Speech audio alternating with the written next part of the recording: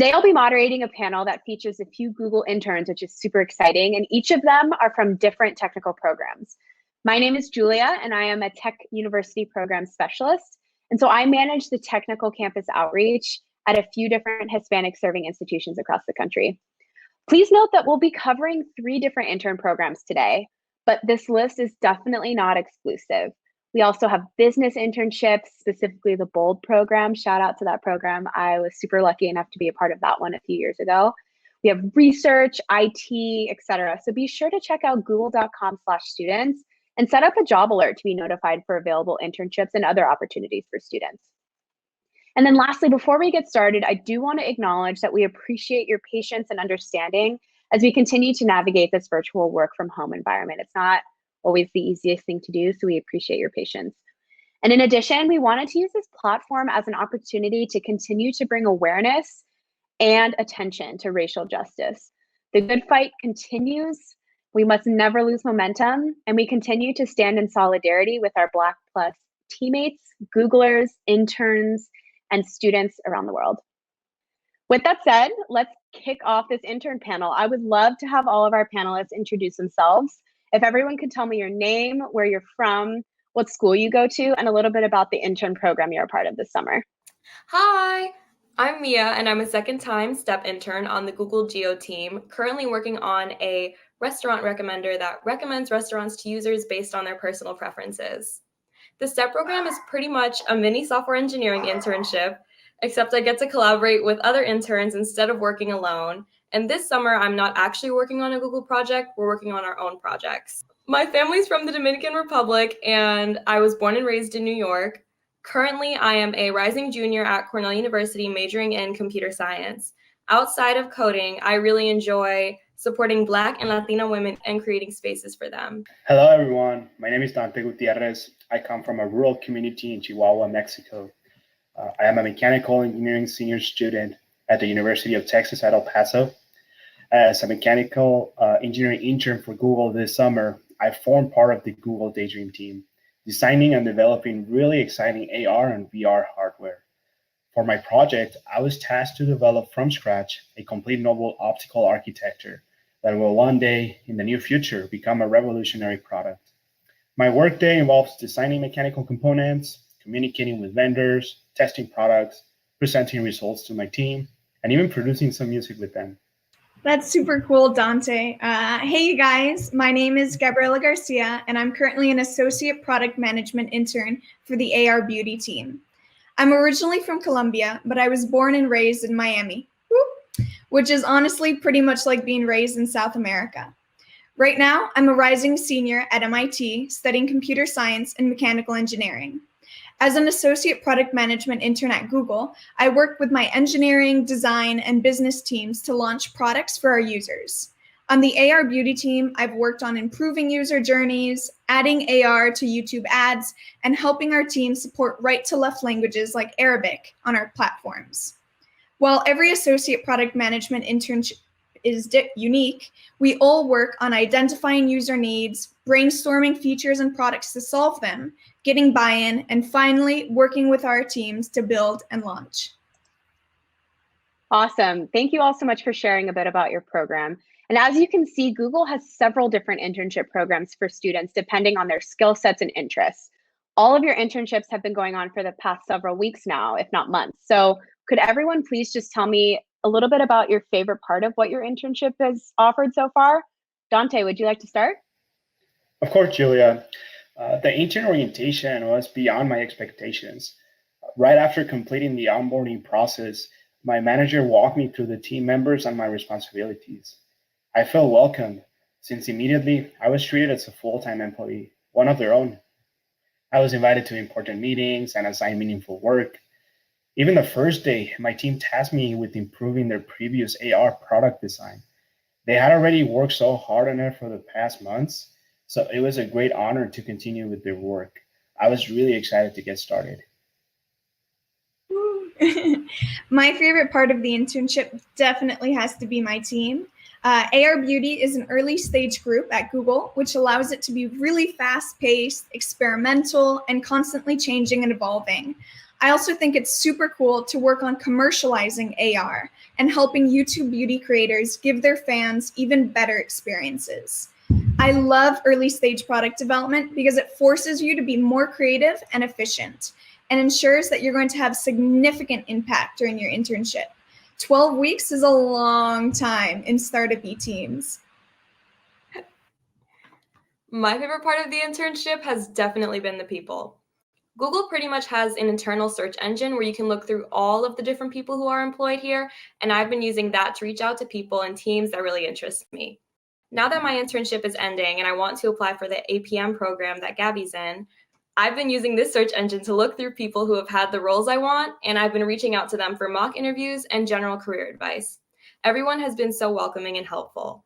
It's really comforting to know that I can always ask someone for help and they'll accept me with open arms. Yeah, these are all really great points, right? Interesting people, being assigned meaningful and high impact work, and being part of early product development, like Gabby mentioned, definitely all sound like highlights for sure. And all of you are part of different programs, which you all mentioned earlier, with different, day-to-day tasks. But all of you have one thing in common, right? You're all part of a virtual internship this year. And a lot of our students are wondering, what are some things that have helped you or have been valuable during your virtual experience? Do you have any tips or advice for students as they potentially go into like a virtual recruiting space and or a virtual job in the near future? Yeah, for sure, Julia. Jumping off of Mia's point, Google's internal search engine has been a complete lifesaver. When working virtually, there's a distinct time delay in getting answers to certain questions that in person you could have just easily asked your desk neighbor. With this internal search engine, I can immediately get docs and data that relates to my internship projects. Since Google is such a large company, I've been able to connect and learn from lots of other teams who are also working on the same problems. Because of the internship being virtual, I've had to learn ways to stay on track and focused. During virtual meetings, I've found it very helpful to send a shared Google Doc with the agenda and any questions I have. This allows me to take notes, stay organized, and run meetings efficiently. For me, the Black Google Interns have set up a weekly check-in where we all debrief and talk about how our weeks have been.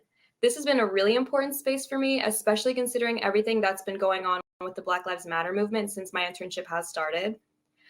I know for me, I used to be afraid to ask questions, or I feared that I would be judged based off of the questions that I asked. So getting over that hurdle has made the biggest impact on my internship experience. Everyone here is willing to help you, and the jobs here are not supposed to be easy, so no one expects you to walk in and know everything.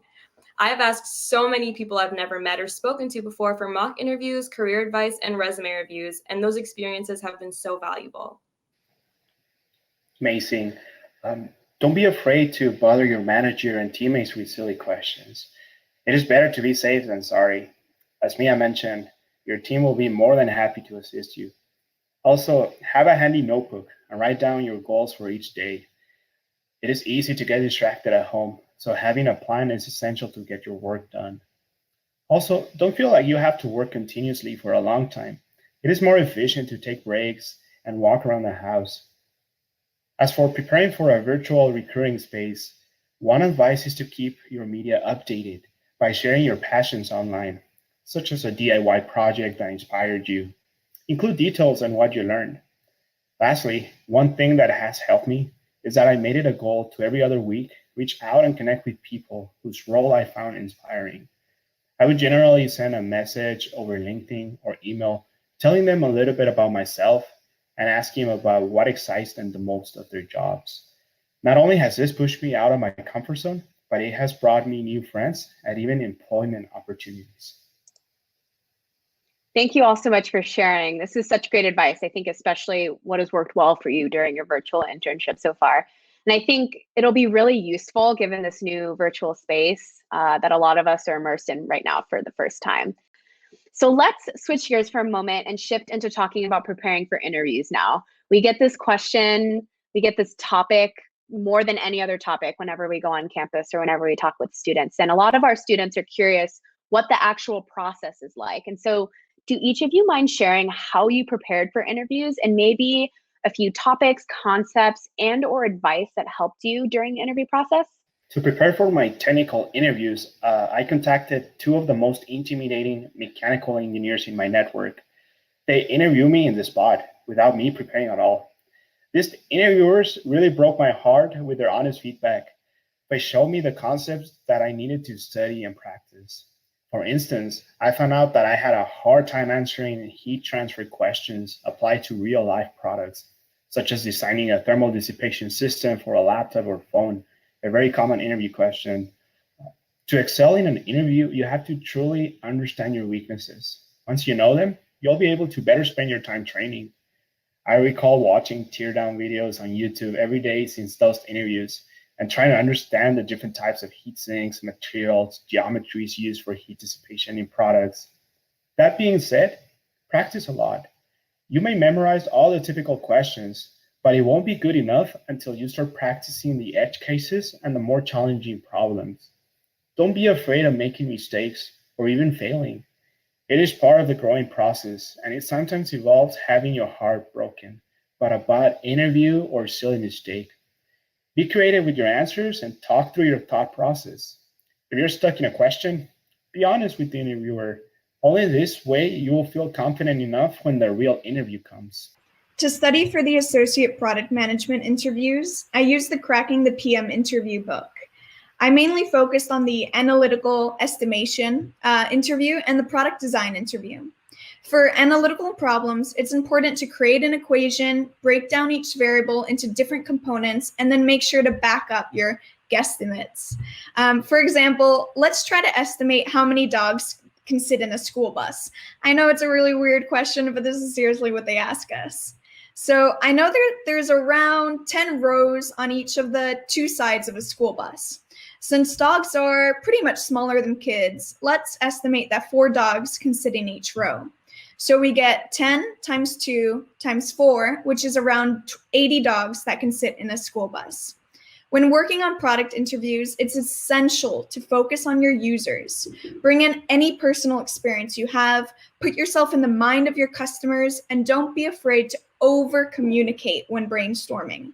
The final and most important step is to frame the impact of your features. How many people can it help, where, and how? Building real metrics for impact helps you prioritize which features are essential for our users and define what success can really look like. Definitely going to be taking that advice. So for me, I interviewed with Google as a freshman, so they didn't really expect me to have any knowledge on data structures for my technical interview. So I spent most of my time preparing with LeetCode and HackerRank easy problems just because the solutions typically don't have a data structure in them. Arriving at a solution to your interview question is only half the battle. I know people who have gotten the solution and haven't gotten an offer, and people who have not gotten the solution and gotten an offer. A very big part of your interview is how effectively you communicate. Asking questions and explaining your decisions is core for the Google interviews. You should not be coding in silence.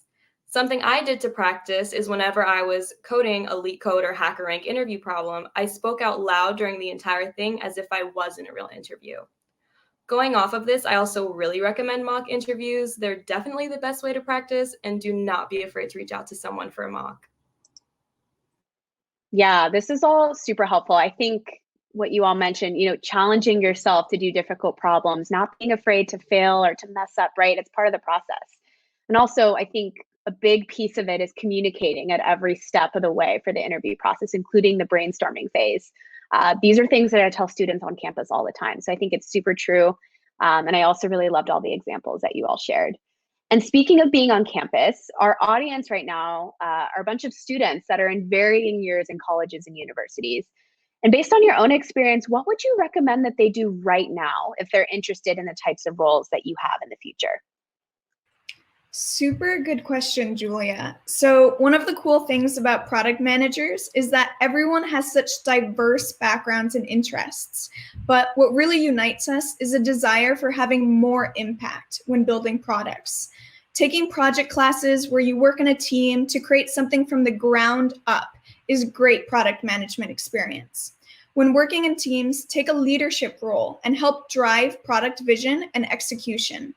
Great product managers are tech savvy, but they rely on engineering to build. They're analytical, but make sure to use their own intuition and data to come up with hypotheses. Make sure to take your foundational engineering and statistics classes, but support your growth with experiences in public speaking and entrepreneurship. Most importantly, product managers have to be passionate and inspire their teammates. So take classes and work on projects that you find exciting, and learn to convince others that your work is meaningful and impactful. Yes, that was good advice. So I would definitely recommend working on personal projects. This is the best way to gain experience and is something really impressive to put on your resume. Even doing something like coding your own personal website this summer can really set you apart from other students that apply to the same positions as you. Being able to build something that matters to you while also gaining that technical experience is something that's really amazing to put on your resume and could be really good for personal and technical growth. I think if you have free time in the summer, it's a great time to start working on a project and building those skills outside of what you learned in class.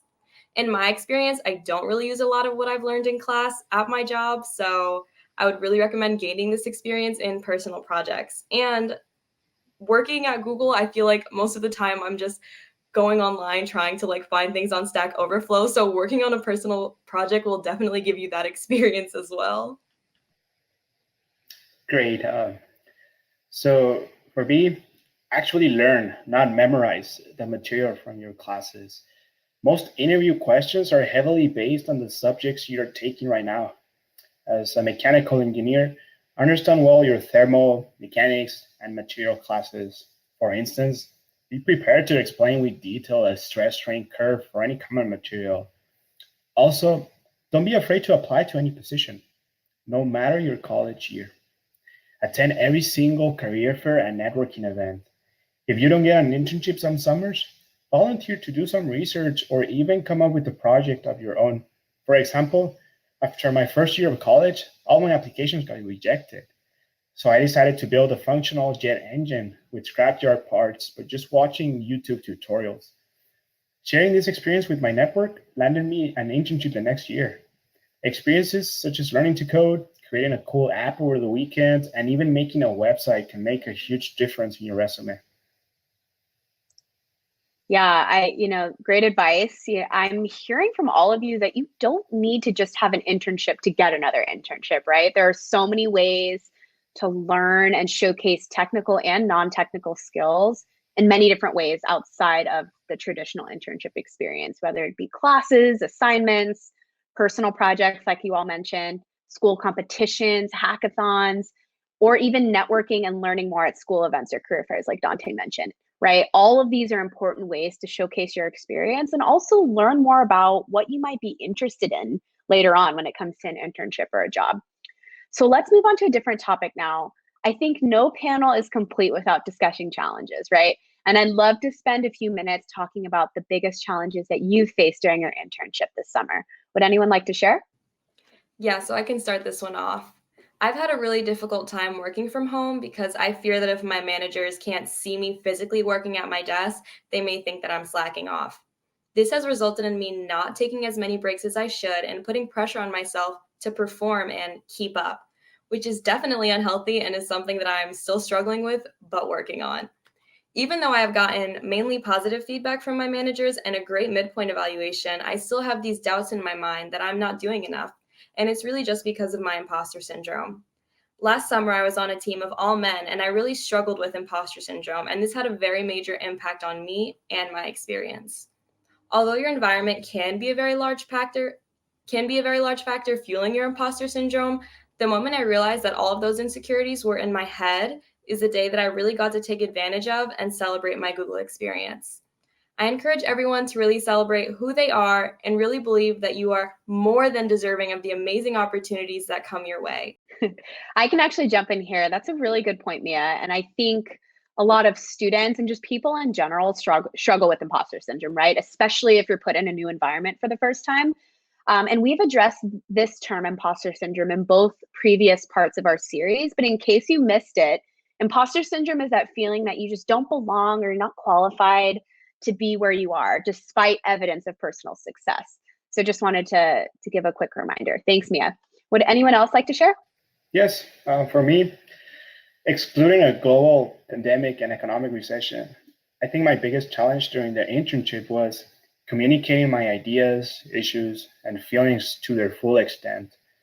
This was really exacerbated when all interactions became virtual. When discussing design with vendors, my ideas were often blurred by the speed at which I was trying to communicate them. I would often confuse my peers with the necessary details. So to overcome this, I spent long nights practicing communicating issues with my manager. He would provide feedback and help me create visual representations on my thoughts. Pausing more while talking also helped me think twice about what I was going to say. If you face this problem, please know that your ideas and feelings are still important. As with any other skill, communicating effectively requires time and effort to master. For sure, Dante, communicating virtually is always a lot harder than it would be in person. For me, connecting and feeling part of my intern community has been difficult for me. The Associate Product Management program is very small, with only 40 to 50-ish interns every summer. So usually you get to know everyone extremely well. Currently, we have a messenger and chat groups where some people message and try to schedule lunches or trivia hangouts. However, because everyone's schedules are busy and different, everything becomes a bit harder. In addition, with the internship being virtual, you don't have the ease of walking over to someone's desk to invite them to lunch or a boba break. The intern team has scheduled several fun events for us to connect, like a show and tell and game shows. It's sometimes hard to attend everything I want to because of time zone conflicts that would otherwise have worked in person. Yeah, thank you, everyone. I really appreciate the honesty here. I think talking about challenges or areas of improvement in general in a professional setting is not always the easiest thing to do. So I really appreciate the vulnerability here. Okay, so to wrap it up, last question, I want to leave our students with one last piece of advice. So I'm curious to know, looking back, what is one thing that you wish you knew or prepared for before entering the internship? Gabby, do you want to start? Yeah, great question, Julia. I wish I'd known the importance of staying true to myself. As a more private person, I tend not to overshare on many group chats and sometimes worry that I'm missing out because of it. But I've realized that people have very diverse ways of interacting and working from home. If you're concerned about your performance during your internship or whether you're doing enough for a return offer, share your feelings in a way that makes you feel safe and listened to. Whether that's with a 50-person intern group chat, your manager, or your intern buddy, remember that you are in control of your own internship. Stay true to yourself and focus on being the best that you can be. Don't get caught up in comparing yourself to others because everyone's path and context is unique. Yeah, so similar to Gabby's point and what Dante spoke about earlier in terms of communication, I wish that I would have communicated more with my teammates and managers about the things that I have personally been struggling with. My internship started a week before George Floyd was murdered, so I spent the beginning of my internship really struggling with my mental health and trying to produce great work while I did not feel great. So I, along with many other interns that I know, struggle to try and be perfect employees as opposed to just accepting that we are human, we are flawed, and it's okay to not be okay. But it isn't okay to not communicate that.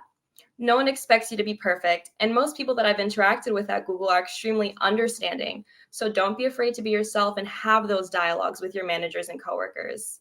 You spend more time with the people you work with than anyone else, so get a little personal sometimes.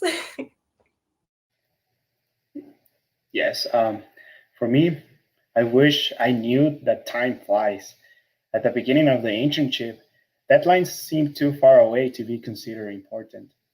I recommend you to be thinking about your presentations and deliverables since day one.